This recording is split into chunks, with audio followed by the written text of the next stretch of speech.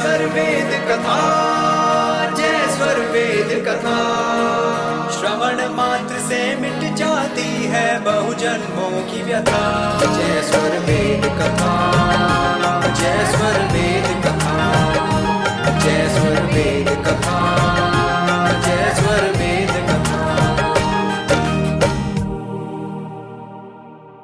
आज हमारी यात्रा का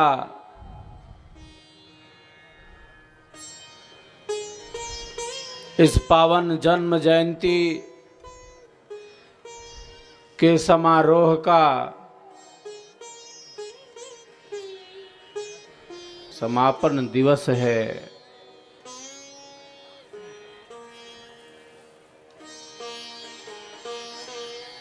मैथन की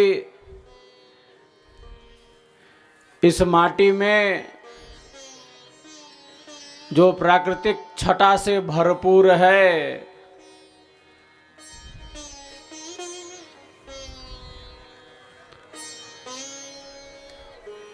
और प्राकृतिक छटा से भरपूर इस मैथन में हमने तो संगम का आनंद लाभ प्राप्त किया है। संगम से भी बढ़कर त्रिवेणी का आनंद लाभ प्राप्त किया है। 3 दिनों का ये संगम, ये विहंगम योग का संगम, ये स्वर वेद का संगम, ये सेवा सत्संग और साधना का संगम, मैथन का यह संगम हमें अनंत आनंद और कल्याण का मार्ग प्रशस्त करेगा हमारे आप सबके।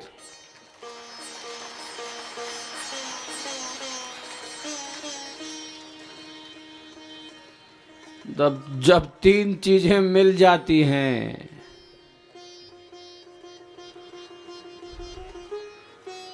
जब 3 चीजें मिल जाती हैं,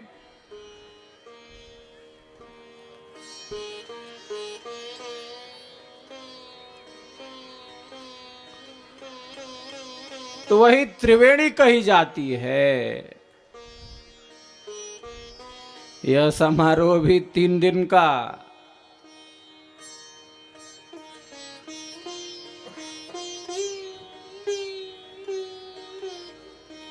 विहंगम योग की प्रथम परंपरा सदगुरु की यह पावन जन्म जयंती का समारोह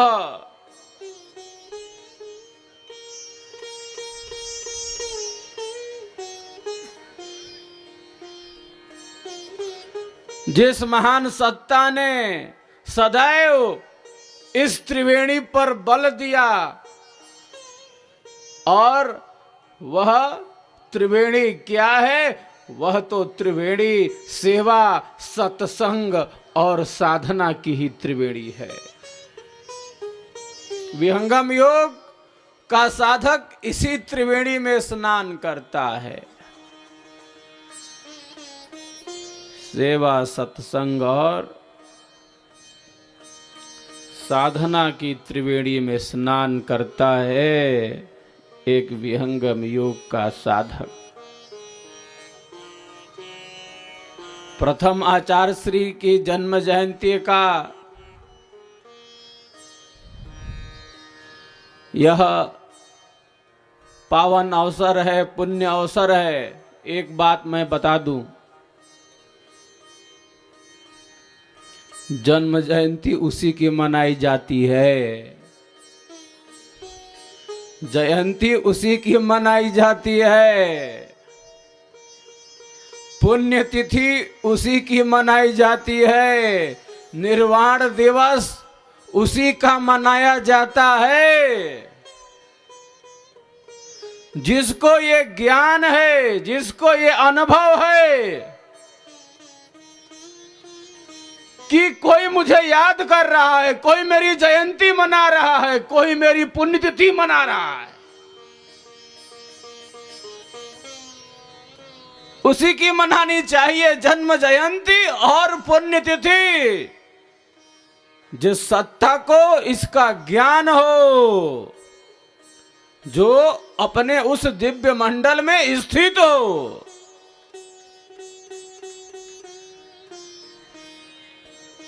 आज तो किसी की जन्म जयंती मनाने लगते हैं। किसी की पुण्यतिथि मनाने लगते हैं।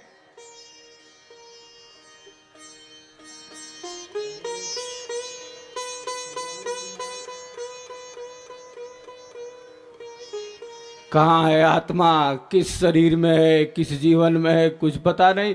और ये साहब जन्म जयंती मनाने बैठ गए।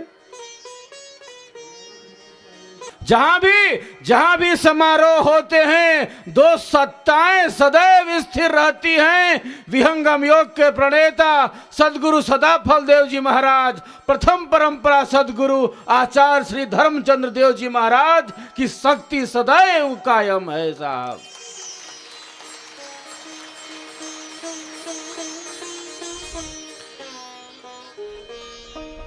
शरीर छोड़ने के बाद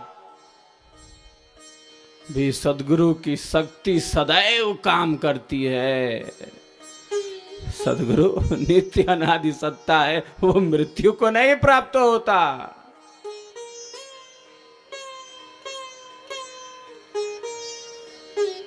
वो प्रारब्ध भोगने थोड़े शरीर को प्राप्त किया है। प्रारब्ध को भोगने के लिए शरीर धारण नहीं करता, सीधी सी बात है।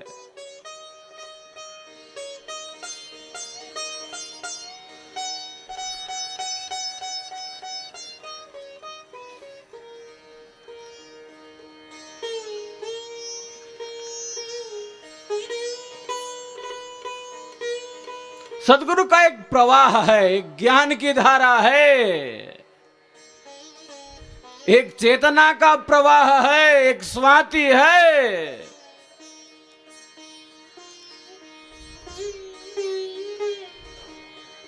यह एक अद्भुत धारा है, यह एक अद्भुत प्रवाह है।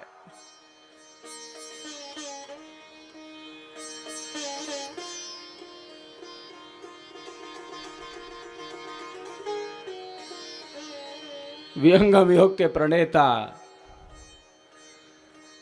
सदगुरु सदाफल देव जी महाराज ने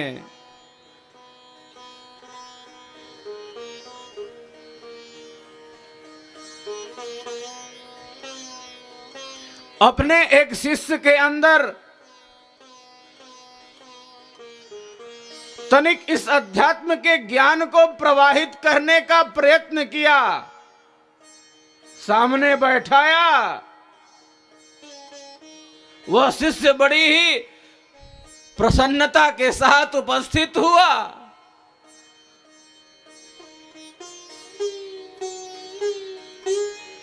सदगुरुदेव उसके अंदर शक्ति को प्रवाहित करने लगे, शक्ति को देने लगे।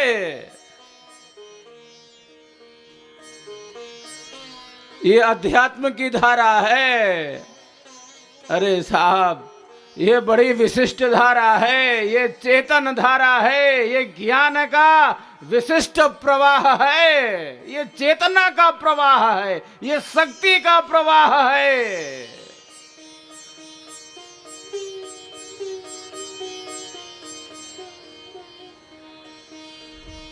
ये तो बड़ी प्रसन्नता से साहब बैठे थे, बड़ी प्रसन्नता से बैठे थे कि आज तो मैं शक्ति हमारे के मिल जाई। और जब शक्ति जाने लगी तो छटपटाने लगे, परेशान हो उठे, प्रार्थना करने लगे। विहंगम योग के प्रणेता से, सदगुरु देव से, सदगुरु अपनी शक्ति को समेटिए, नहीं तो मेरा तो प्राण ही निकल जाएगा, मेरा तो शरीर ही छूट जाएगा।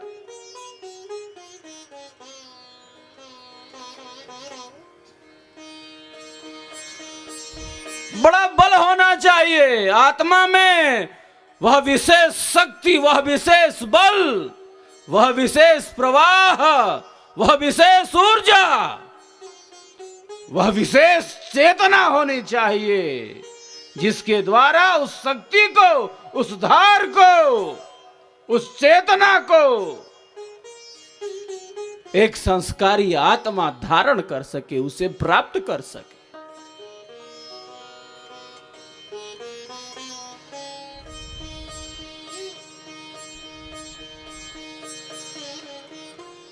सदगुरुदेव ने शक्ति को समेट लिया। गिड़गिड़ाने लगा शिष्य, शक्ति को समेटने की प्रार्थना करने लगा।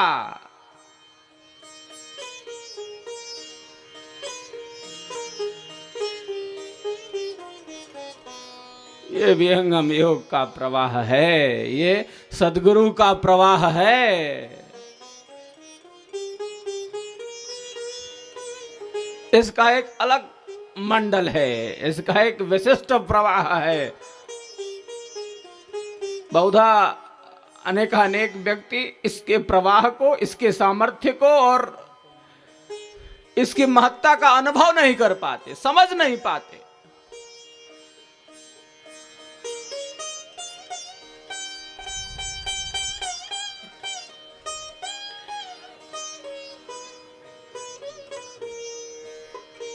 प्रथम आचार्य श्री ने विहंगम योग के प्रथम परंपरा सदगुरु ने सदगुरु की इस तार को, सदगुरु की इस धार को अपने भीतर धारण किया, अपनी आत्मा में धारण किया। सदगुरु ने कहा, आपका शरीर मेरे शरीर से बना है।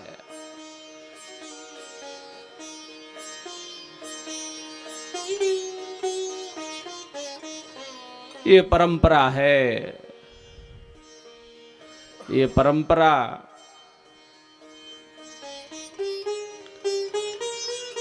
ऋषियों की परंपरा है, प्राचीन काल की परंपरा है, जो हमारे इस आर्यावर्त देश भारत में रही है, जहां इस रूप में शक्ति को प्रवाहित किया जाता है, ज्ञान का वह विशिष्ट धरातल प्रदान किया जाता रहा है। इदं वावतत् ज्येष्ठाय पुत्राय पिता ब्रह्म प्रब्रूयात्।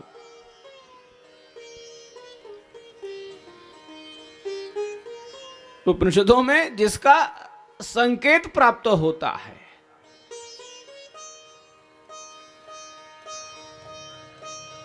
व्यवहारिक रूप से हम समझते हैं ये पिता हैं, ये पुत्र हैं।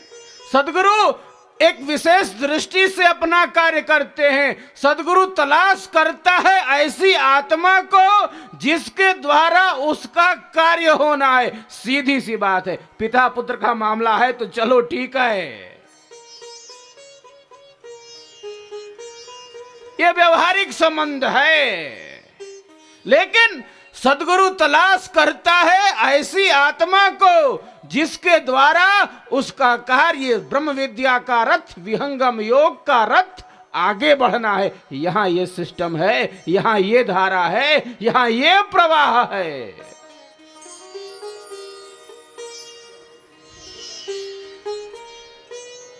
प्राचीन काल से ये धारा, ये प्रवाह सदैव प्रवाहित रहा है। ब्रह्मा ने अपने पुत्र अथर्वा को, सूर्य ने मनु को, बहुत एक परंपरा है, एक प्रवाह है, जिसका वर्णन हम आर्ष ग्रंथों में, उपनिषदों में प्राप्त करते हैं। सदगुरु तलाशता है ऐसी आत्मा को जिसके द्वारा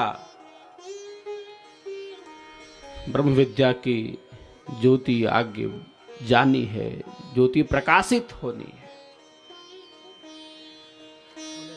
यहां संबंध अध्यात्म का है, यहां संबंध आत्मा का है। हाँ, संबंध का आधार यहां क्या है? आत्मा की उच्चता है, आत्मा की सर्वोच्चता है। यहां संबंध का आधार आत्मिक दृष्टि है। यह बड़ी विशेषता है यहां पर।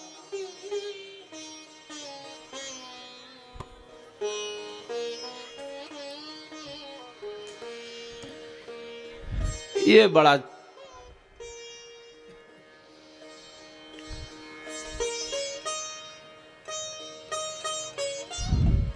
व्यापक क्षेत्र है यहां पर, ये दृष्टि है यहां पर।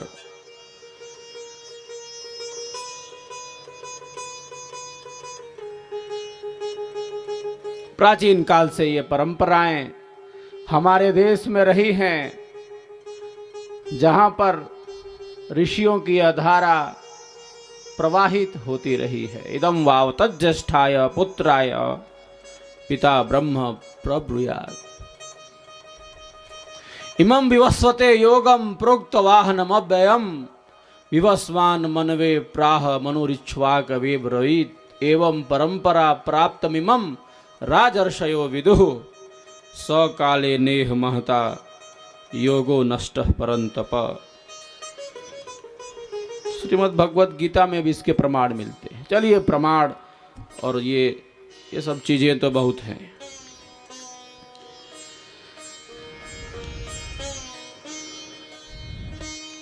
विहंगम योग के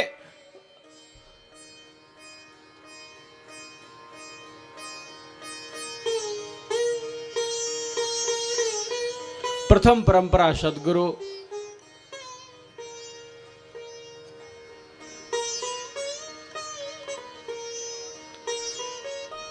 आचार्य श्री धर्मचंद देव जी महाराज,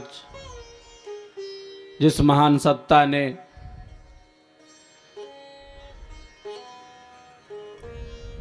अपनी अद्भुत लेखनी के द्वारा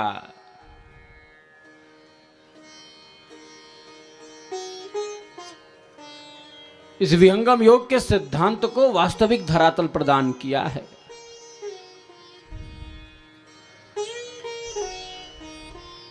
स्वरवेद के भाष्य के रूप में, अन्य सदग्रंथों के सृजन के रूप में,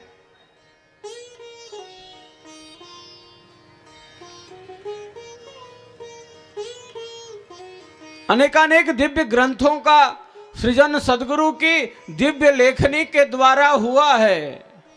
विहंगम योग के सिद्धांत को और विहंगम योग की साधना को स्पष्ट धरातल प्रदान किया है किसने? किस सत्ता ने? विहंगम योग के प्रथम परंपरा सदगुरु आचार्य श्री धर्मचंद्र देव जी महाराज ने विहंगम योग के सिद्धांत और विहंगम योग की साधना को स्पष्ट धरातल प्रदान किया है। सारी चीजों को एकदम क्लियर करके अपने ग्रंथों में समाविष्ट कर दिया है। अहेतु की कृपा है आचार्य श्री प्रथम की, जिस महान सत्ता ने अपने आध्यात्मिक अनुभव के धरातल से इस महानतम सदग्रंथ का भाष्य किया है। इसके सार तत्व को जन जन तक वास्तविक रूप में ले जाने के लिए अपनी लेखनी का उपयोग किया है। सत्य तो प्रकृति भी है, सत्य तो अक्षर ब्रह्म भी है, सत्य तो आत्मा भी है, तो ईश्वर की सत्ता इससे भिन्न है, परम सत्य स्वरूप। हाँ, इसमें भी है, इससे भिन्न भी है। हाँ, सत्य और असत्य।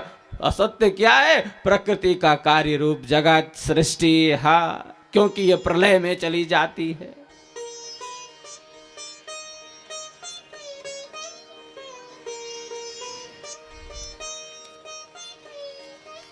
सत्य कौन है? सीधी सी बात है, सद कारण व नित्यम। जो नित्य है वो सत्य है। प्रकृति भी नित्य है, आत्मा भी नित्य है, अक्षर ब्रह्म भी नित्य है, लेकिन ईश्वर की सत्ता इन सब से भिन्न है, परे है। हाँ, इसीलिए स्वर वेद की वाणी अद्भुत दोहा, प्रथम दोहा, हाँ,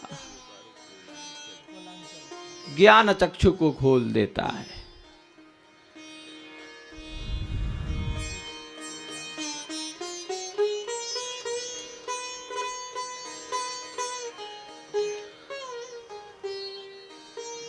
ये धारा, ये प्रवाह स्वर वेद का विहंगम योग के प्रथम परंपरा सदगुरु ने भाष्य के रूप में प्रवाहित किया, नहीं तो स्थिति तो बिगड़ जाती, विकट हो जाती।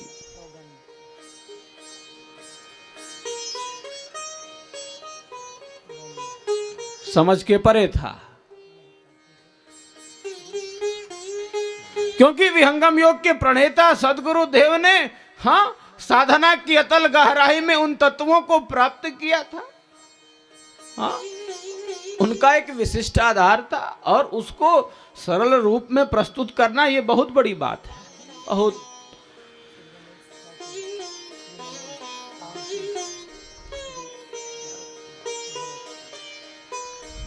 आचार्य श्री प्रथम के पास ही ऐसी अलौकिक शक्ति, ऐसा अद्भुत ज्ञान, ऐसी अद्भुत लेखनी और ऐसा दिव्य सामर्थ्य और ऐसा दिव्य ज्ञान था जिसके आधार पर वे स्वर वेद का भाष्य कर सकते थे और किसी के पास ऐसी शक्ति, ऐसा सामर्थ्य संभव नहीं था।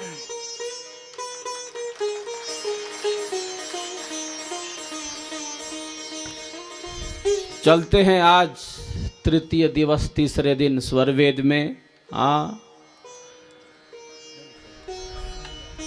ये विहंगम योग की धारा है, ये विहंगम योग का प्रवाह है, ये ऐसा अद्भुत प्रवाह है। हाँ, ये जितना इसमें डुबकी लगाते उतना आनंद आता है। हाँ, अद्भुत आनंद है, ये अद्भुत रस है। अरे संत, नीरस नहीं होता, ये नीरस नहीं है, ये रस से भरपूर है। ईश्वर वेद में उतर के तो देखिए कितना रस भर पड़ा है। ये रस से पूर्ण है, ये ज्ञान से पूर्ण है, ये अनुभव से पूर्ण है, ये सिद्धांत से पूर्ण है, ये साधना से पूर्ण है साहब।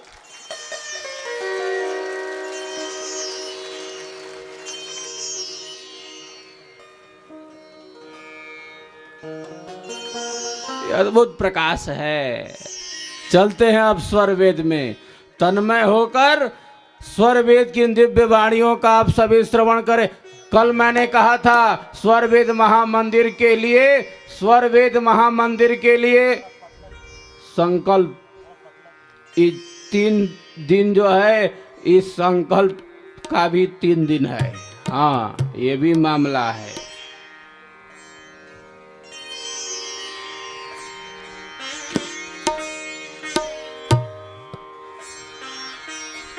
हजारों साधकों ने स्वामी जी की जन्म जयंती के पावन अवसर पर पिछले वर्ष अगस्त में स्वर वेद महामंदिर के लिए संकल्प लिया था। वार्षिकोत्सव में भी थोड़ा कम हुआ था,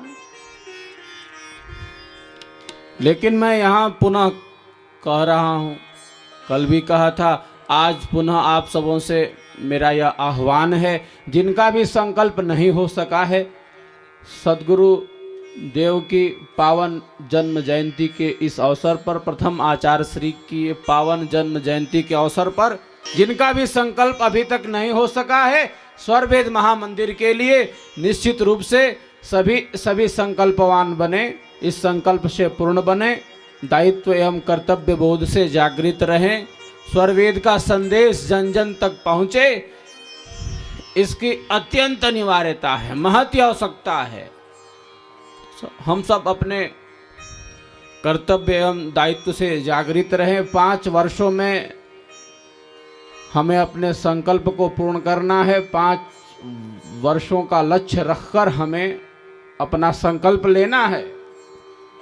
तो ये अवसर आज आपके सामने है, कल तक भी है। मेरा आप सबों से आह्वान होगा, इस यज्ञ में आहुति अवश्य दें। स्वर वेद महामंदिर के निर्माण का यह यज्ञ है और इसमें आपकी आहुति अवश्य पड़नी चाहिए।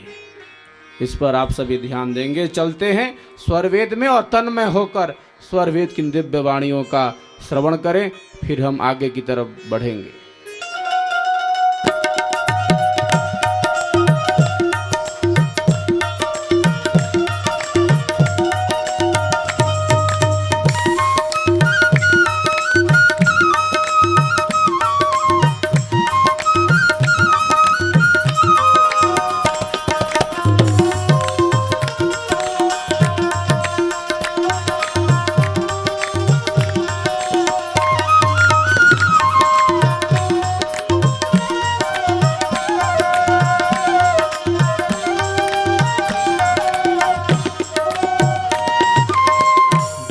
पक्षी एक वृक्ष पर कर निरंतर वास।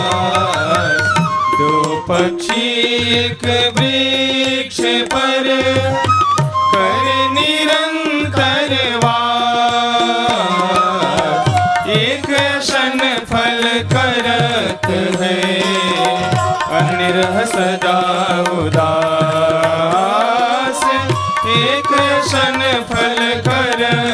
है, अनिरह सदा उदास।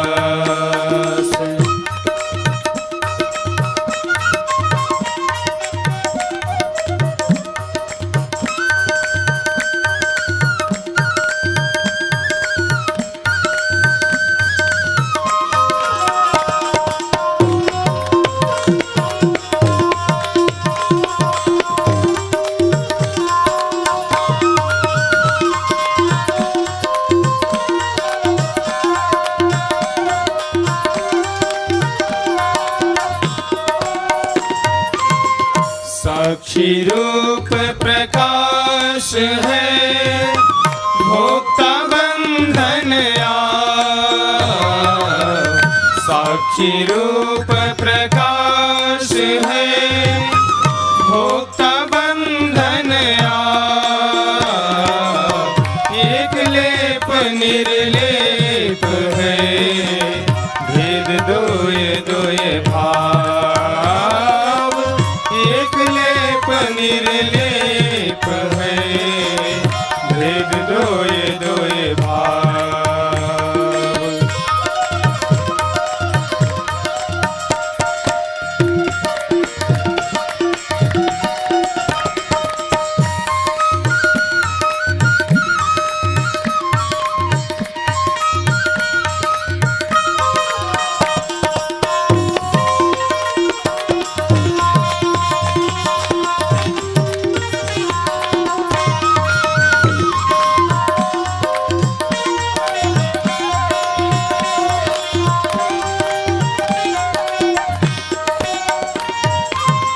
ऋषि मुनि और योगीश्वर, जंगल गुहा निवास। ऋषि मुनि और योगीश्वर, जंगल गुहा निवास। तीन कह नाच नचाइया, सूक्ष्माभ्यंतरवास। तीन कह नाच नचाइया, सूक्ष्माभ्यंतरवास। इन वाणियों में सद्गुरुदेव ने प्रकृति, ब्रह्म और जीव के स्वरूप का वर्णन किया है। आचार्य श्री प्रथम ने समस्त तत्वों को वास्तविक रूप में प्रकट किया है। हाँ, ये सबसे बड़ी विशेषता रही है। जो तत्व जैसा उसको उसी रूप में प्रकट करना, ये सबसे बड़ी विशेषता है। हाँ, आचार्य श्री प्रथम ने यही कार्य किया है। स्वर वेद भाष्य के माध्यम से जो चीज जैसी उसको वैसा बता दिया, वैसा प्रकट कर दिया।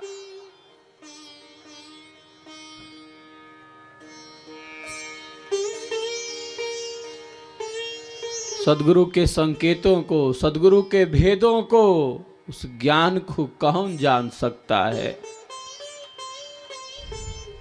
मैं प्रायः कहता हूं, ज्ञान का अभाव अविद्या नहीं है, ज्ञान है। हाँ, लेकिन मिथ्या है, विपरीत है, असत्य है, झूठ है। तो हाँ, यही अविद्या है। ज्ञान का अभाव अविद्या नहीं है, बल्कि मिथ्या ज्ञान, झूठ ज्ञान, विपरीत ज्ञान, असत्य ज्ञान। वस्तु कुछ है और ये कुछ उससे भिन्न समझ रहे हैं। यहाँ मामला कुछ है, कुछ दूसर बुझता रहा।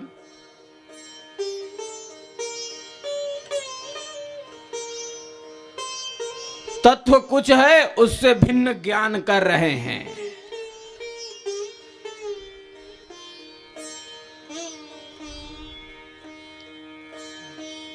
जो वस्तु जैसी उसको वैसा जानना, हाँ, यही विद्या और ज्ञान का यथार्थ लक्षण है। जो वस्तु जैसा रहे तैसा वाको जान, रूप बोध निर्भ्रांत है, संशयहीन सज्ञान। जो वस्तु जैसी उसको वैसा, हाँ समझ लेना।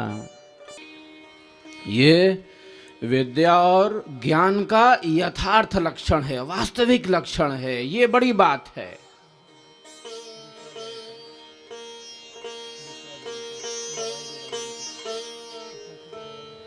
अब वस्तु कुछ है और ये कुछ भिन्न समझ रहे हैं, यही मिथ्या ज्ञान है, यही झूठ ज्ञान है।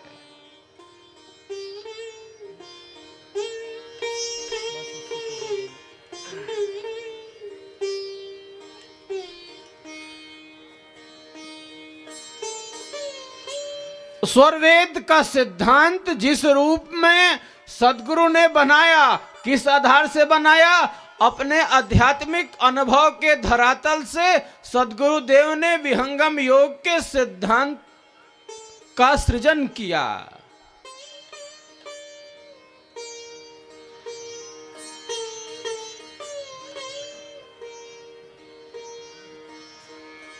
अपने आध्यात्मिक अनुभव के आधार से,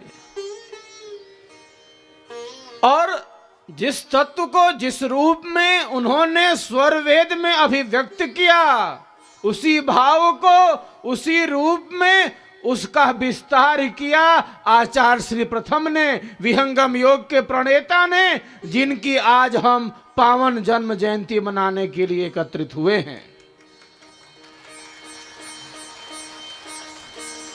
अद्भुत कार्य, अलौकिक कार्य, इतना गहन विषय स्वर वेद का। आप बताइए कितना गहन विषय है। इधर उधर का तो बात है नहीं इसमें, आए माहे तो है नहीं कुछ, कपोल कल्पना तो है नहीं कुछ।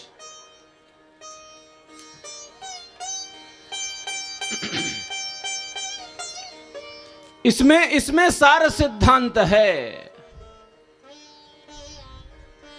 इसमें वास्तविक सिद्धांत है, इसमें अध्यात्म का सिद्धांत है।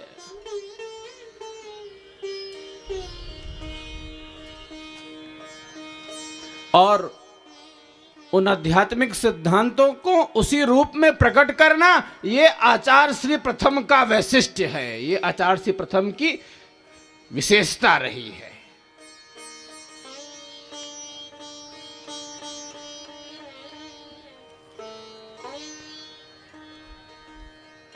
नित्य तैरने का ढंग मछली को सिखाता कौन है, और शेर शावक को मृगया सिखाता कौन है। सदज्ञान योगी वंश बालक को सिखाता कौन है, वह वंश के अनुकूल ही होता स्वयं योगारूढ़ है। ये मामला है, हाँ ये बात है। मछली को जल में तैरना कौन सिखाएगा? कौन पूछे मछली कब नहाती है?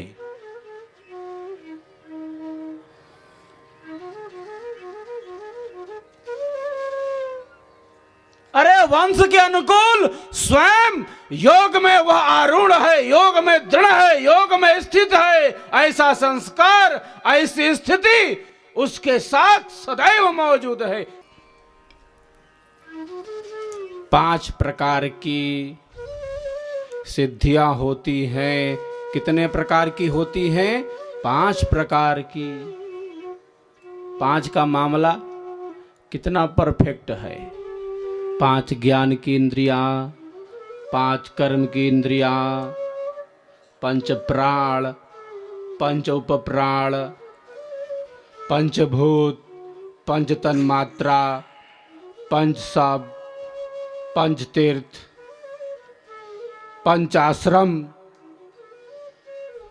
विहंगम योग की 5 साधना की भूमियां, कितना ये 5 का मामला है। इसी प्रकार से देखिए योग दर्शन में महर्षि पतंजलि ने कहा कि देखो 5 प्रकार की सिद्धियां होती हैं, 5 गो सिद्धि होले।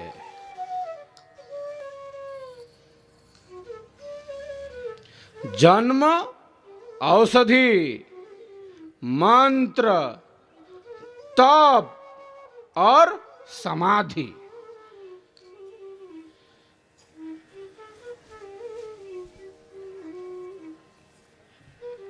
ये 5 प्रकार की सिद्धियां हैं। जन्मौषधि, मंत्र, तपः, समाधिजा सिद्धयः। जन्म, औषधि, मंत्र, तप और समाधि की सिद्धि होती है। जन्म की सिद्धि से क्या तात्पर्य है, क्या अभिप्रेत है?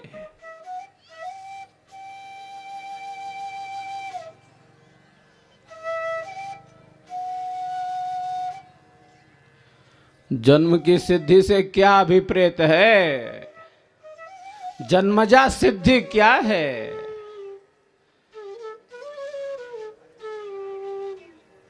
एक बालक के पास क्या सिद्धि है?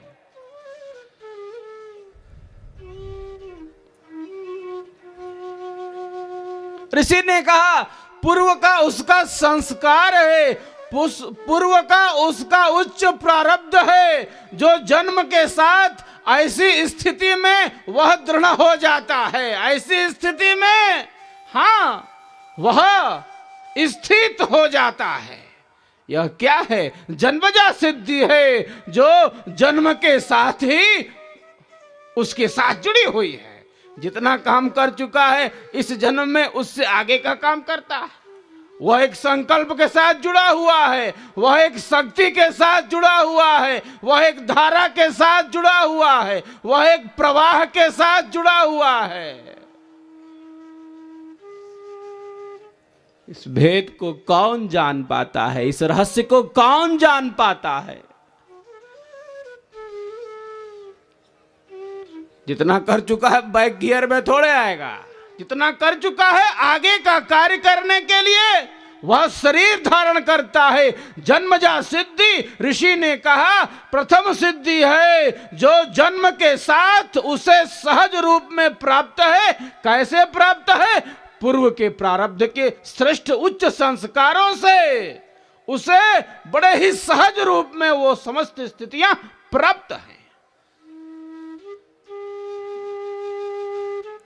वह स्वयं योगारूढ़ हो जाता है।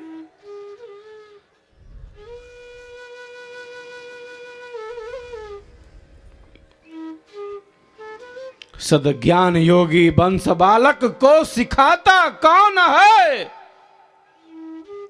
कौन सिखाई? वह वंश के अनुकूल ही होता स्वयं योगारूढ़ है।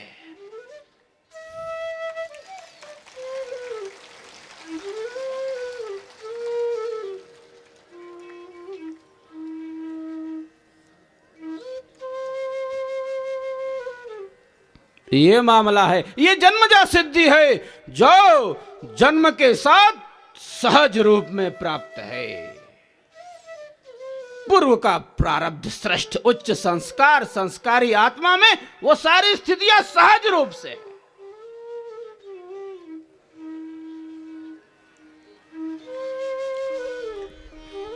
तो प्रथम सिद्धि का तो यही मामला है। आचार्य से प्रथम जिस महान सत्ता की हम पावन जन्म जयंती मना रहे हैं, वह सत्ता इसी जन्मजा सिद्धि से युक्त थी, इसी जन्मजा सिद्धि से पूर्ण थी। उस महान आत्मा में सदैव से यह ज्ञान, यह अनुभव, यह श्रेष्ठ संस्कार, यह उच्च संस्कार सहज रूप में स्थित था, प्राप्त था।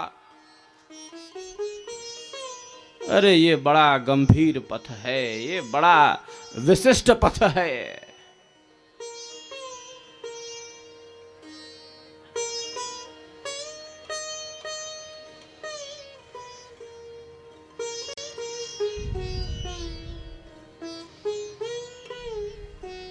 अज गुरु की छाया पड़े, अजगुरु की छाया पड़े, सदगुरु पद अधिकार। अजगुरु की छाया पड़े, सदगुरु पद अधिकार। विद्या पढ़ गुरु नहीं बने, महा कठिन व्यवहार। तो यहां ये मामला है, यहां ज्ञान का यह धरातल है, ज्ञान की यह विशिष्ट भूमि है, ज्ञान की यह चेतन भूमि है, ज्ञान की यह वास्तविक भूमि है। दो पक्षी एक वृक्ष पर करें निरंतर वास, एक असन फल करत है, अन्य रह सदा उदास।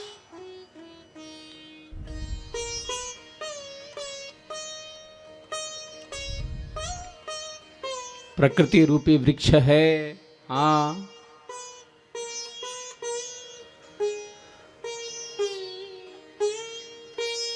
प्रकृति रूपी वृक्ष है। और इस वृक्ष पर दो पक्षी बैठे हुए हैं, हाँ, एक वृक्ष है और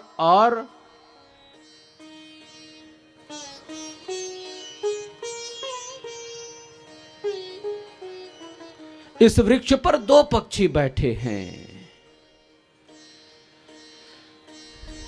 एक पक्षी क्या करता है? एक पक्षी फलों को खाता है, भोगता है, फलों को प्राप्त करता है।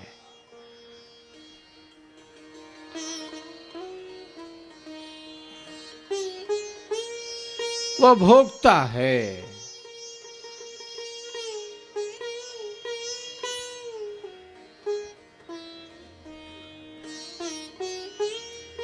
एक पक्षी दृष्टा है, साक्षी है, कर्माध्यक्ष है, फल प्रदाता है। प्रकृति रूपी वृक्ष पर आत्मा और परमात्मा रूपी दो पक्षी बैठे हुए हैं। देखिए, प्रकृति का एक वृक्ष है, एक पेड़ है, इस पेड़ पर दो पक्षी बैठे हुए हैं। एक पक्षी फलों को खा लेता है, हाँ, एक खाता है।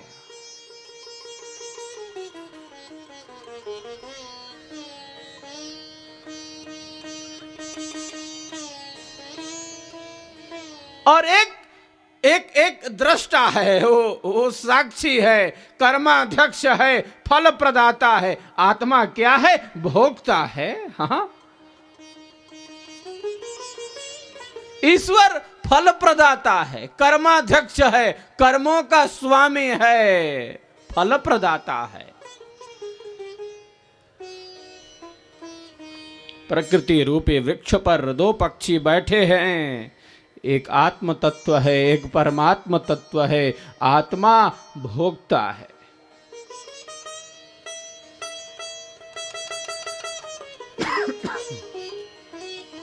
जिसे कर्म फलों को प्राप्त करने की इच्छा है, उसी को आत्मा कहते हैं। आत्मा की यही परिभाषा है। आत्मा किसे कहते हैं? सीधी सी बात, जिसे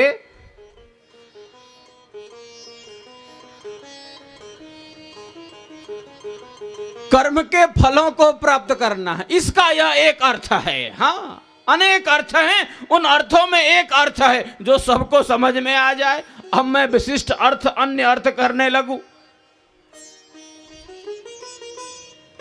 अतत निरंतरम कर्म फलानि प्राप्नोति वास आत्मा। जो निरंतर कर्म फलों को प्राप्त करने की इच्छा से पूर्ण है, वह आत्मा है।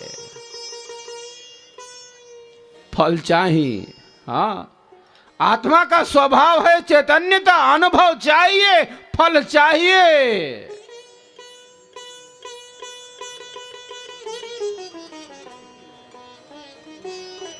एक बार न्यूजीलैंड में हम एक साहब आते हैं, कहते हैं आत्मा जब दूसरे शरीर को धारण करती है तो एक कर्म कैसे जाते हैं, कर्म कैसे पहुंच जाते।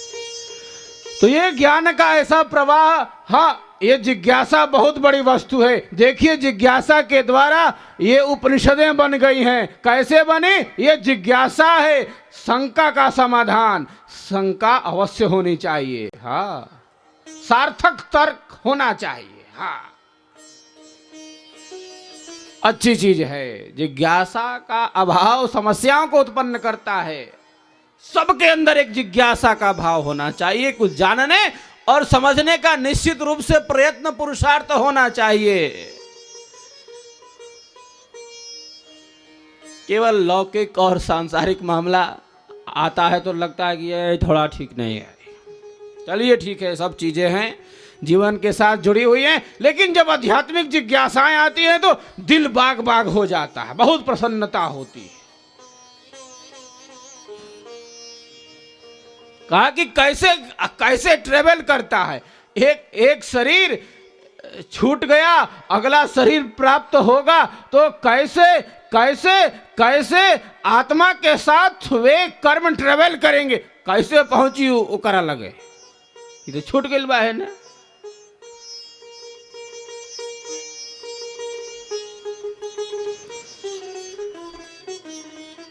मैंने कहा था आत्मा सदैव इस इच्छा से, इस ज्ञान से, प्रयत्न से पूर्ण है कि उसे किन कर्मों का फल प्राप्त करना है। और सबसे बड़ी बात तो यह है कि ईश्वर बैठा है।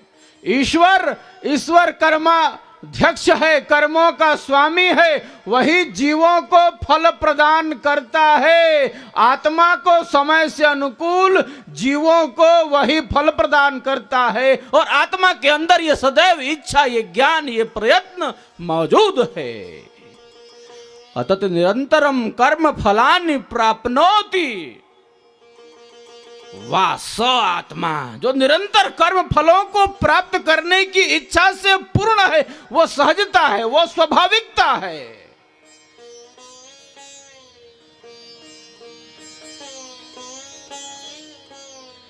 ये सहजता, ये स्वाभाविकता आत्मा के अंदर स्थित है, निहित है। कर्मों का फल वो सहज रूप में प्राप्त करता है। कर्म का ऐसा विधान है, आत्मा के साथ ये कर्म लगे हुए हैं।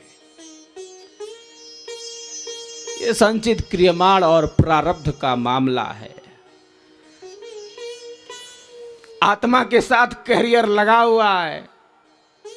जैसे गाड़ी में कैरियर है, सामान जाता है, वैसे आत्मा के साथ कैरियर है। कर्म के रूप में जो आत्मा को भिन्न भिन्न शरीरों में और भिन्न भिन्न अवस्थाओं में पहुंचा देता है, ईश्वर कर्माध्यक्ष है, कर्मों का स्वामी है। आत्मा सदैव इस इच्छा से, इस ज्ञान से और इस प्रयत्न से पूर्ण है। आत्मा का अर्थ ही है ये इच्छा, देश, प्रयत्न, सुख दुख, ज्ञानान आत्मनो लिंगम। आत्मा का यही लिंग है,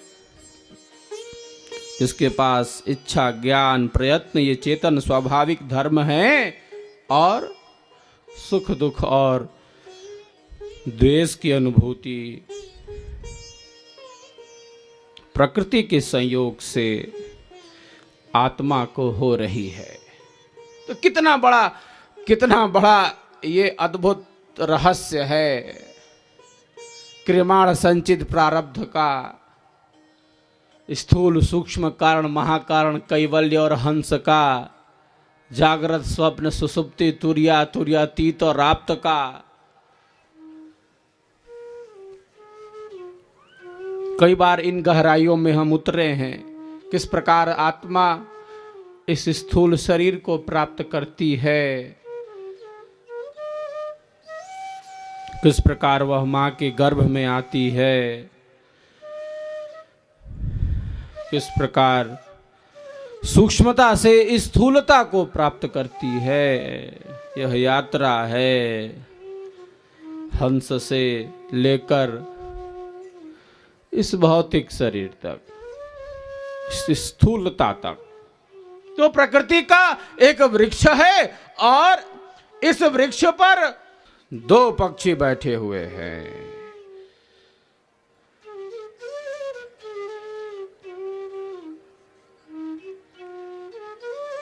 एक आत्म तत्व है, एक परमात्म तत्व है।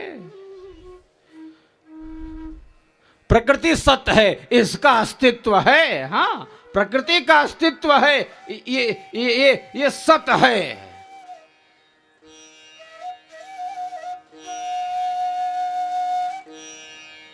अस्तित्व है इसका। जीवात्मा सच्चित है, अस्तित्व है और चेतना है। इसका अस्तित्व है और चेतना है। और परमात्मा क्या है? अस्तित्व है, चेतना है और आनंद है। हाँ, ये तीनों वस्तुएं हैं। अस्तित्व है, चेतना है और आनंद है।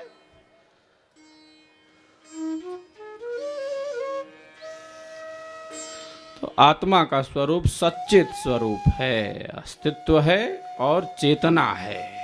हाँ, चेतना से पूर्ण है, ज्ञान से पूर्ण है। एक विहंगम योगी सेवा, सत्संग और साधना के द्वारा स्वयं में स्थित हो जाता है, उस आत्म तत्व में स्थित हो जाता है।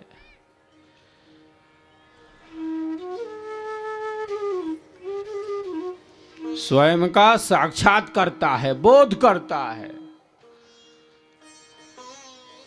आधार सेवा का है, आधार सत्संग का है। सेवा सत्संग का अभाव साधना में बाधाओं को उत्पन्न करेगा। मैं प्रायः कहता हूं, बराबर कहता आ रहा हूं, सेवा सत्संग का अभाव साधना में बाधाओं को उत्पन्न करता है।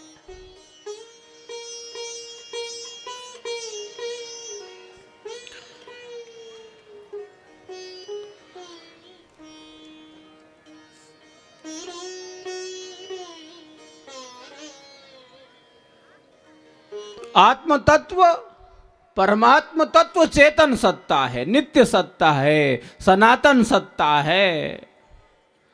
प्रकृति जड़ है।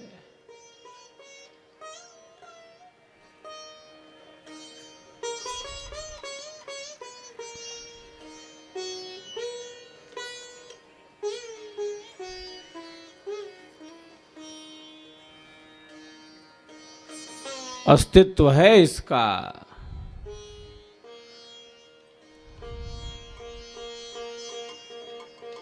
सृष्टि और प्रलय इसके धर्म है। सृष्टि और प्रलय हो रहा है, प्रकृति के संयोग के द्वारा सृष्टि और प्रलय की क्रिया हो रही है। प्रकृति का अस्तित्व है, जीवात्मा सच्चित है, परमात्मा सच्चिदानंद है।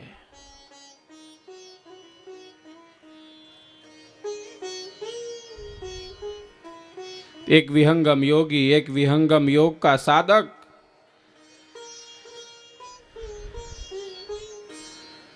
विहंगम योग की साधना के द्वारा, सेवा के द्वारा, सत्संग के द्वारा उस आत्म तत्व का अनुभव करता है, उस परमात्म तत्व का अनुभव करता है।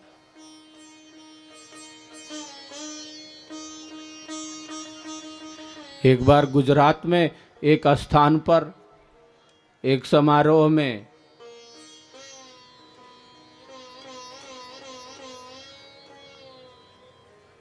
एक महोदय जी आए और उन्होंने कहा कि मुझे आपकी जो विधि है, इस विहंगम योग की जो विधि है, आत्म साक्षात्कार की जो विधि है, इसकी सीडी चाहिए। इस सीडी से आत्म साक्षात्कार करेंगे। आत्मा के साक्षात्कार के लिए सीडी की आवश्यकता पड़ने लगी है। आप ये सीडी लगा के, टीवी चला के, सीडी को लगा के प्लेयर में, टीवी में देख के आत्मा का साक्षात्कार कर लेंगे। ये स्थितियां हैं आज।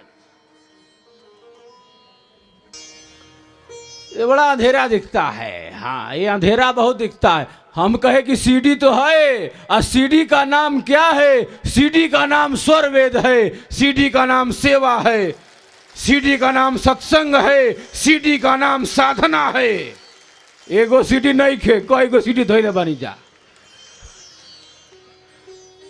तारा लगे जा ले ला, कहीं ले मिली तो एगो ले ला कहीं से, कई गो सीडी धोइले बनी जा।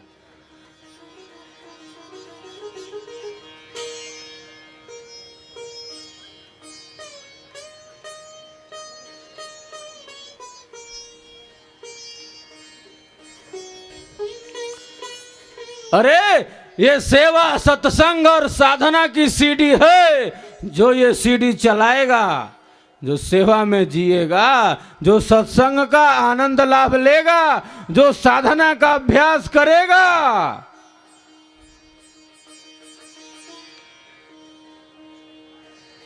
वही आत्मशक्ति का अनुभव करेगा, वही आत्मा का साक्षात्कार करेगा, आत्मशक्ति का अनुभव करेगा, परमात्म शक्ति से जुड़ेगा। सीधी सी बात है। तो आज अंधेरा बहुत दिखता है, अभी अंधेरे का क्षेत्र बहुत बड़ा है।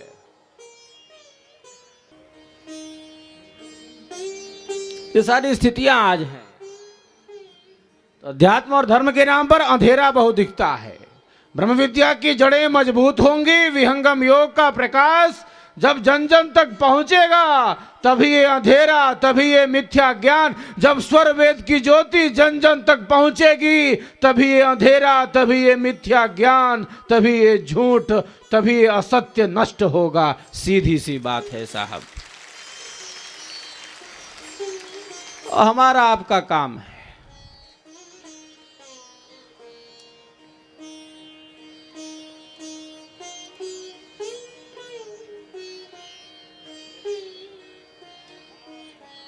विहंगम योग परिवार के प्रत्येक सदस्य का यह कर्तव्य है जन जन तक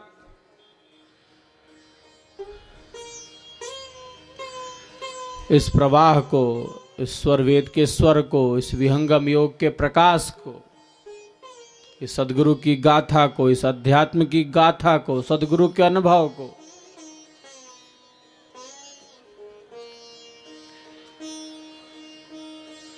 जन जन तक ले जाने के लिए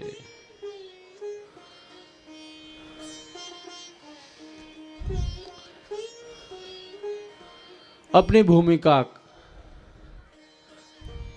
को अदा करे। ये दायित्व है, ये कर्तव्य का बोध है। अपने दायित्व के प्रति, अपने कर्तव्य के प्रति जागृति अत्यंत आवश्यक है। चलते हैं स्वर वेद में और तन्मय होकर स्वर वेद की दिव्य वाणियों का श्रवण करते हैं। ये अमोघ वाणी है, ये विहंगम योग की वाणी है, स्वर वेद की वाणी सदगुरु की वाणी है। हाँ, सदगुरु की शक्ति स्वर वेद के माध्यम से काम करती है। ये विहंगम योग का आध्यात्मिक सदग्रंथ है। जिस प्रकार वृक्ष के मूल में जल सिंचन करने से सारा वृक्ष हरा भरा पल्लवित पुष्पित हो जाता है, वृक्ष के मूल में जल सिंचन करने से सारा वृक्ष हरा भरा पल्लवित पुष्पित हो जाता है, उसी प्रकार एकमात्र स्वर वेद के स्वाध्याय से, इसके पाठ से, इसकी साधना से मानव के जीवन का पूर्ण आध्यात्मिक विकास हो जाता है। ऐसा मेरा मानना है, ऐसा मेरा सत्यपूर्ण विश्वास है। चलते हैं स्वर वेद में और तन्मय होकर इन दिव्य वाणियों का श्रवण करते हैं।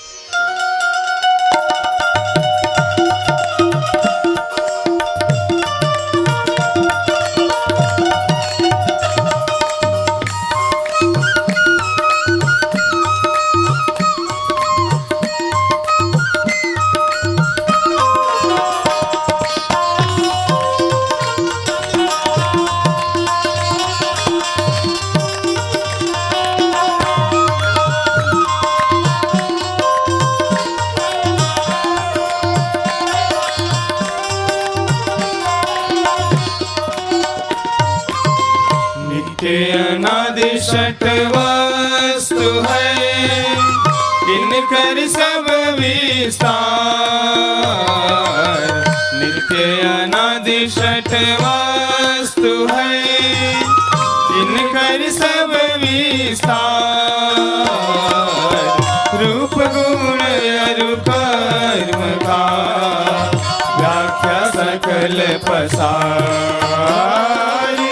रूप गुण अरु कर्म का व्याख्या सकल पसार।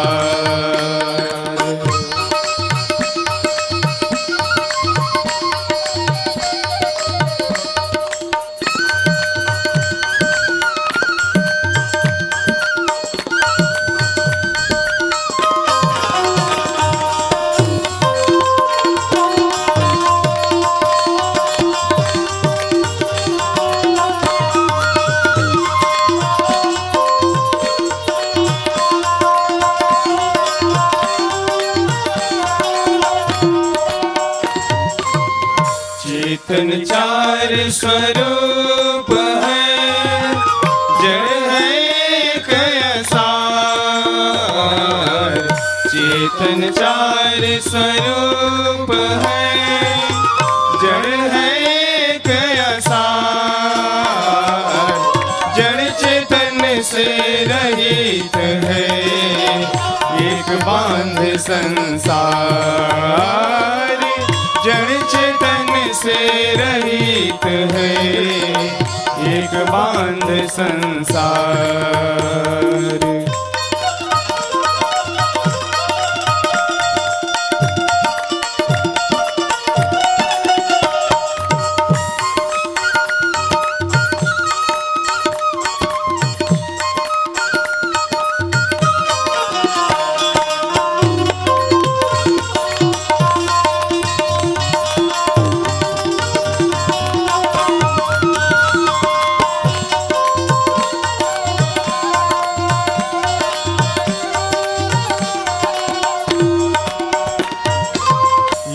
तो मध्यम पुरुष है, उत्तम पुरुष महान। एक तो मध्यम पुरुष है, उत्तम पुरुष महान।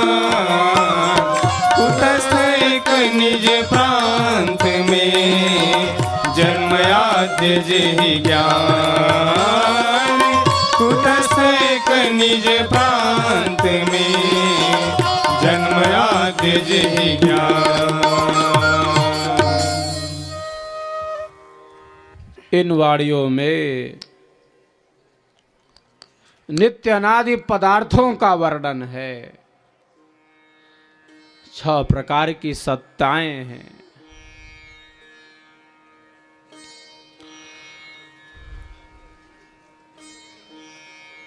जो नित्य अनादि हैं। 4 चेतन हैं, जिसमें एक जड़ है, एक जड़ और चेतन से रहित है। तो सदगुरु ने कहा कि स्वर वेद में इसी का विस्तार है। हाँ, इसी का संपूर्ण विस्तार है। निअक्षर की सत्ता है, अक्षर ब्रह्म की सत्ता है, आत्मा की सत्ता है, सदगुरु की सत्ता है, काल की सत्ता है, प्रकृति की सत्ता है।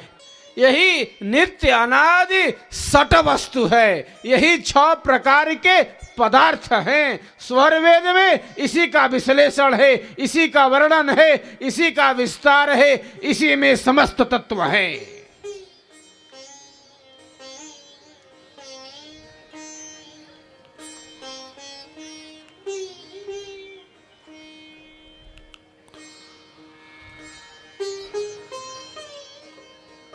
छह प्रकार के ये पदार्थ हैं।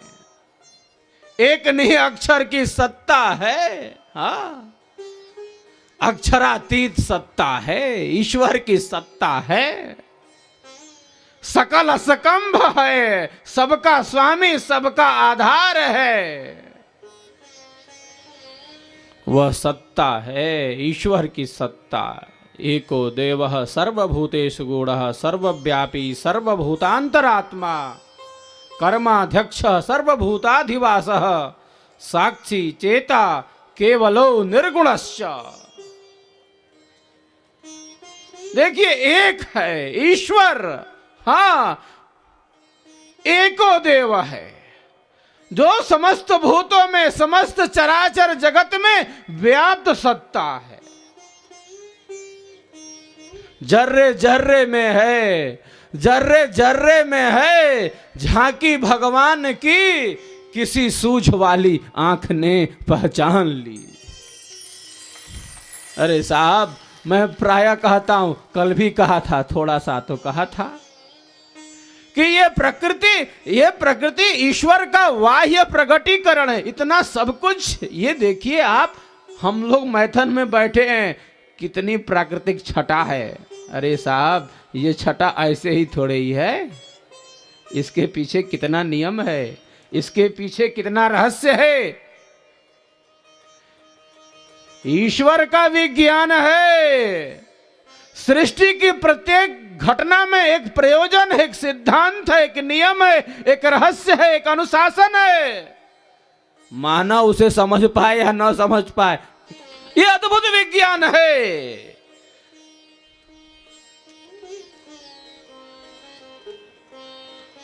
ईश्वर का विज्ञान, ये प्रकृति ईश्वर को प्रकट करती है। हाँ, ये भी बात है, प्रकृति से परे है और प्रकृति में भी है। चलो, क्या है? प्रकटीकरण है, ईश्वर का प्रकटीकरण है। ये प्रकृति, ये सृष्टि ईश्वर को प्रकट करती है। पृथ्वी जा का चरण है, द्यव है सीरा नाम, अंतरिक्ष है उदर समा, ज्येष्ठ ब्रह्म प्रणाम। सदगुरुदेव स्वर वेद में प्रणाम करते हैं, कहते हैं पृथ्वी जिसके चरण के समान है, द्यौमंडल द्युमंडल जिसका शीर्ष भाग है, अंतरिक्ष जिसके उदर के समान है, ऐसे ज्येष्ठ ब्रह्म को मेरा प्रणाम है, मेरा प्रणाम है। तो स्वर वेद का प्रारंभ ही तो ईश वंदना से हुआ है, ईश्वर की वंदना से हुआ है, ईश्वर की प्रार्थना से हुआ है, ईश्वर के गुणगान से हुआ है, ईश्वर की महत्ता से हुआ है, ईश्वर के स्वरूप से हुआ है, ईश्वर के प्रकाश से हुआ है। स्वर वेद का अर्थ ही यही है। स्व का एक अर्थ है आत्म, स्व का दूसरा अर्थ है परमात्मा, वेद का अर्थ है ज्ञान।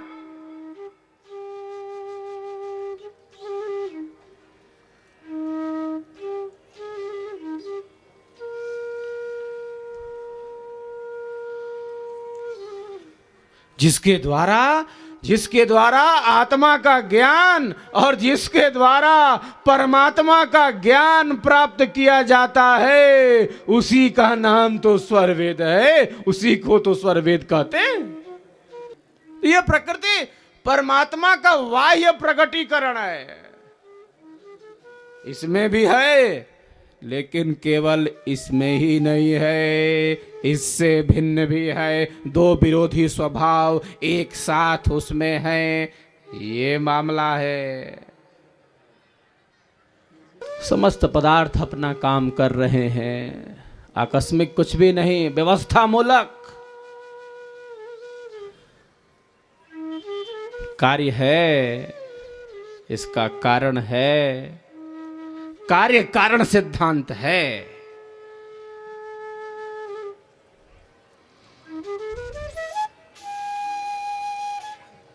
सकल असकंब ईश्वर की सत्ता है।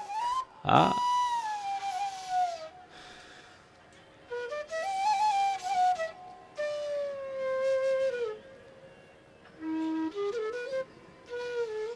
उन्नीस 1945 में अमेरिका ने हिरोशिमा नागासाकी पर परमाणु बम का प्रयोग किया था। एक वैज्ञानिक ने कहा, जिस ईश्वर के बनाए इस छोटे से परमाणु में इतना प्रकाश है, ईश्वर में कितना प्रकाश होगा।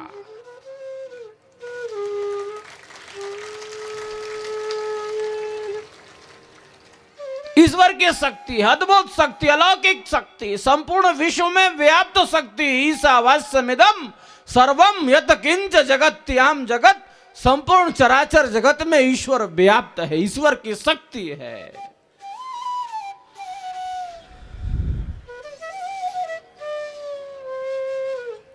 इतना सब कुछ हमें मिल रहा है इतने सहज रूप में।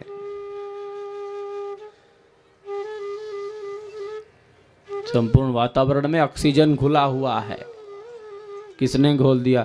वैज्ञानिक कोई घोल देगा? एक पत्ता तो बना नहीं सकता, पेड़ का एक पत्ता बना देगा? क्लोन बनाओ तरला सन, वो में फेल हो जाता रहा सन।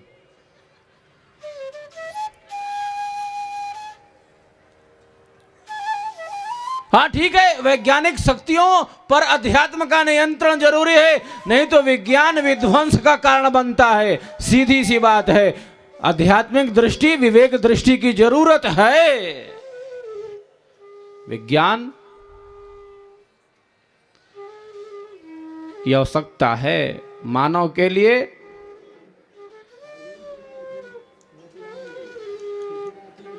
जनोपयोगी हो, इसकी तो आवश्यकता है, लेकिन विवेक और आध्यात्मिक शक्ति का इस पर नियंत्रण बहुत जरूरी है, नहीं तो विज्ञान विध्वंस का कारण बनता है।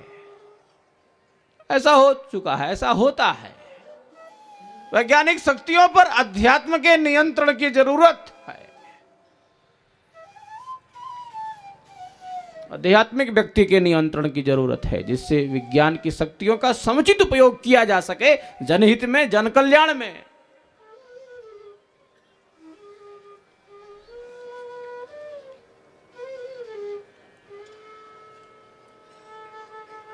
ईश्वर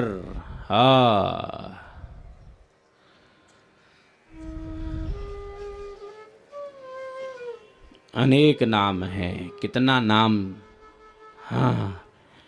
एक नाम अनेक, कितना नाम लेंगे, कम होगा। सब नामे ईश्वरी का है।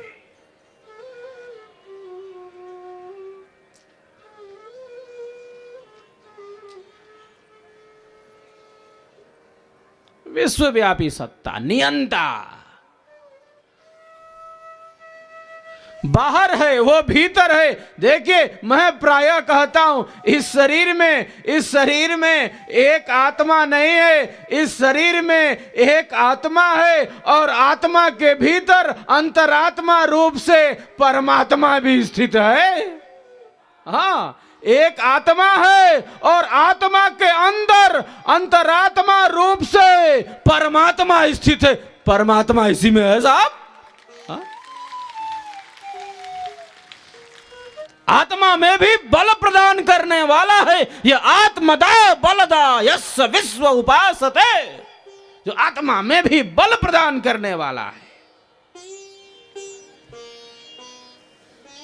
वो भीतर है, वो बाहर है।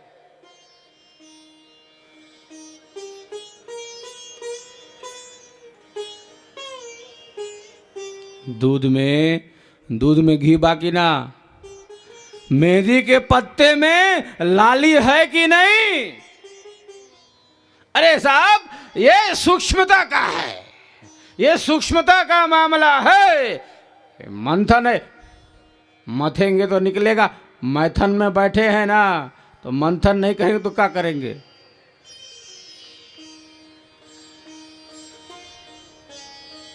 इससे भी बहुत कुछ निकलता है। हाँ, स्वर वेद से अमृत फल की प्राप्ति होती है, अमिट फल की प्राप्ति होती है। स्वर वेद का जो फल है, विहंगम योग का जो फल है, अमिट फल है, अद्भुत फल है, अलौकिक फल है, जो विहंगम योग का फल है। अरे साहब, हम अपनी भारतीय संस्कृति के तत्वों को इतने हल्के में नहीं ले सकते।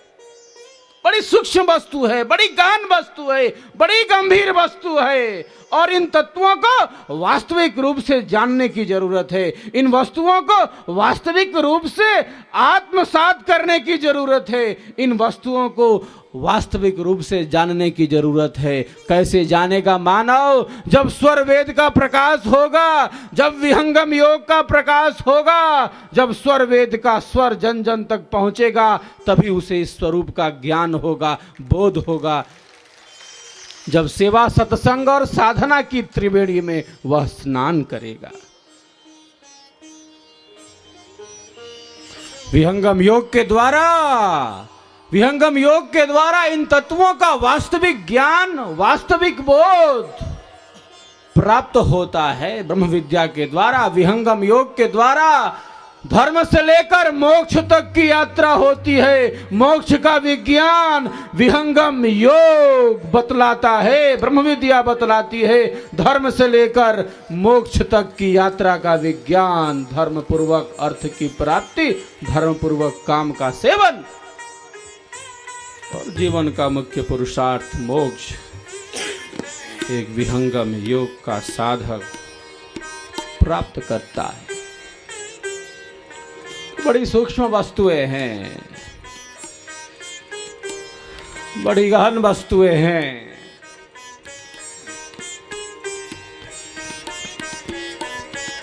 और विहंगम योग के आलोक में ये समस्त वस्तुएं स्पष्ट होती हैं। इन समस्त वस्तुओं का वास्तविक ज्ञान प्राप्त होता है, यथार्थ ज्ञान प्राप्त होता है, स्पष्ट ज्ञान प्राप्त होता है।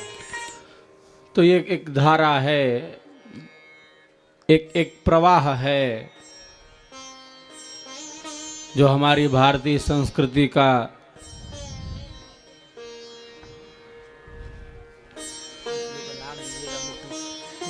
एक अद्भुत तत्व है। मैं प्रायः कहता हूं अध्यात्म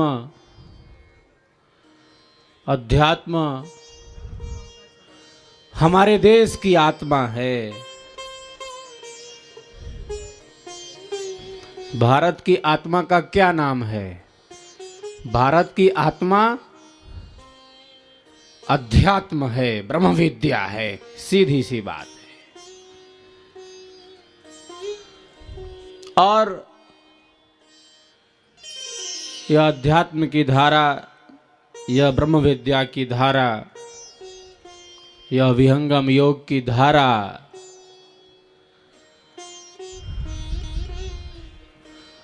प्रवाहित होती है सेवा, सत्संग और साधना के द्वारा।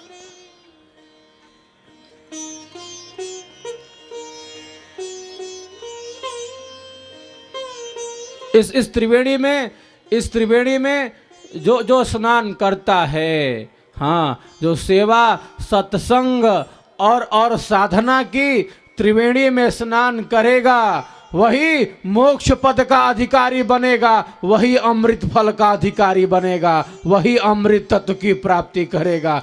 सीधी सी बात है।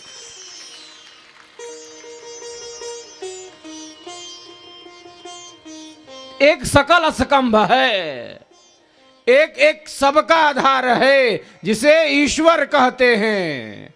और स्वर वेद का प्रारंभ ही ईश्वर की वंदना से हुआ है, ईश्वर की प्रार्थना से हुआ है, ईश्वर के स्वरूप के वर्णन से हुआ है, ईश्वर की महत्ता से हुआ है, ईश्वर के कार्य से हुआ है। स्वर वेद का प्रारंभ ही ईश्वर के गुणगान से हुआ है। एक सबका आधार है, सबका स्वामी है, अक्षरातीत सत्ता है।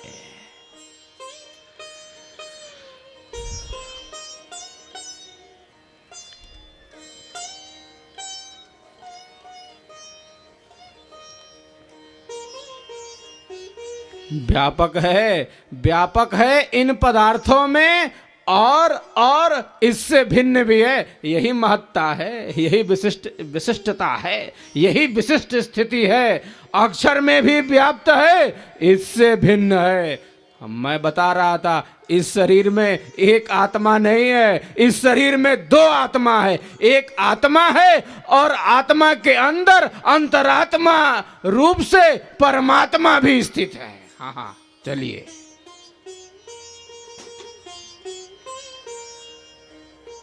तो आत्मा में और इससे भिन्न, हाँ, प्रकृति में इससे भिन्न, अक्षर में इससे भिन्न, हाँ, ये स्वभाव है ईश्वर का साहब।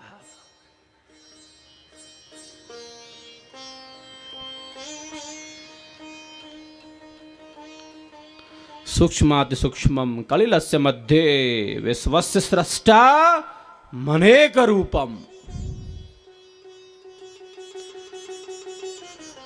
सूक्ष्म से सूक्ष्म सत्ता, बृहद से बृहद सत्ता, उससे सूक्ष्म कोई वस्तु नहीं, उससे बड़ी कोई वस्तु नहीं।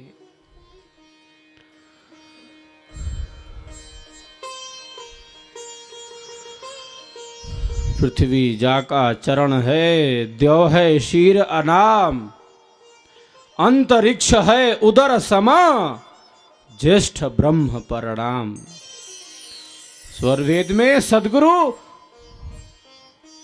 उस ईश्वर को नमस्कार करते हैं। पृथ्वी जिनके चरणों के समान है, अंतरिक्ष जिनके उदर के समान है, द्यौमंडल दीवमंडल जिनका शीर्ष भाग है, ऐसे ब्रह्म को मेरा प्रणाम है, मेरा प्रणाम है।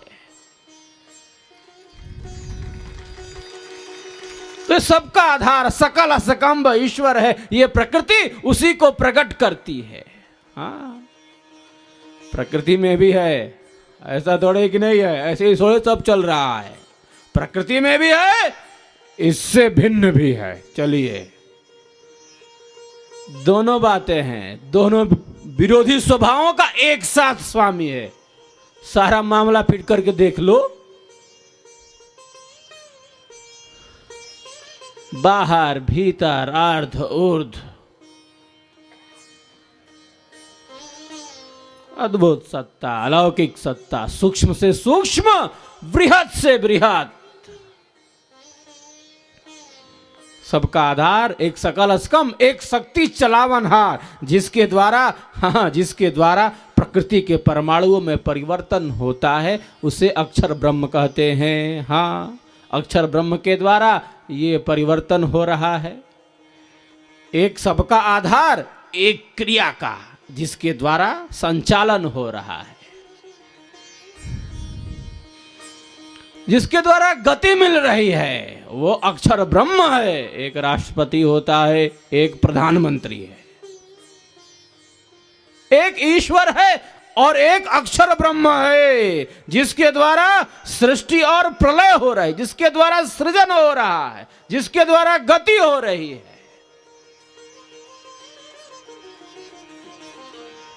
ये अद्भुत स्वरूप, बड़ी गहन यात्रा है। 2 घंटे से ज्यादा हो गए, घड़ी की बढ़ती हुई सुई मुझे रोक रही है। अद्भुत प्रवाह, ये स्वरवेद का प्रवाह है, ये सदगुरु का प्रवाह है, ये विहंगम योग का प्रवाह है, ये अद्भुत प्रवाह है, ये ज्ञान का अजस्र प्रवाह है, ज्ञान का अद्भुत प्रवाह है। जितना हम इसमें डुबकी लगाते हैं बहुत कम, बहुत सीमित, बहुत अल्प लगता है। आवश्यकता क्या है? आवश्यकता सेवा, सत्संग और साधना की है।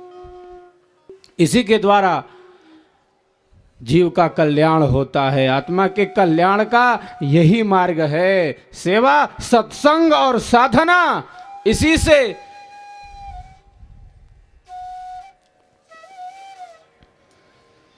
आत्मा का उद्धार होना है, आत्मा का कल्याण होना है। तो ये आधार ना छूटे, बारंबार इसलिए जोर दिया जाता है, बारंबार इसमें स्थिति दृढ़ की जाती है कि हम सेवा से दूर ना रहें, हम सत्संग से दूर ना रहें, हम साधना से दूर ना रहें। सत्संग में भी गहन रुचि चाहिए। हाँ, और हमें ऐसा लगता है कि ये रुचि बढ़ रही है अब। हाँ, ये रुचि बढ़नी चाहिए। सत्संग में गहन रुचि होनी चाहिए। स्वरवेद के इन स्वरों के प्रति गहन रुचि, हाँ, अद्भुत खेल दिखाती है साहब।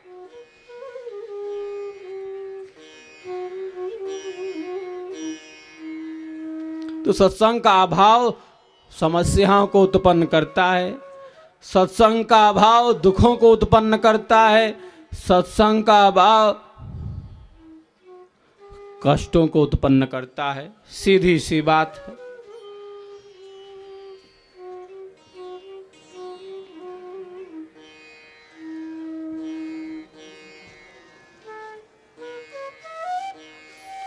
तो सत्संग कल्याण और मंगल का साधन है, चित्त की प्रसन्नता का साधन है। देखिए, चित्त प्रसन्न हो जाता है।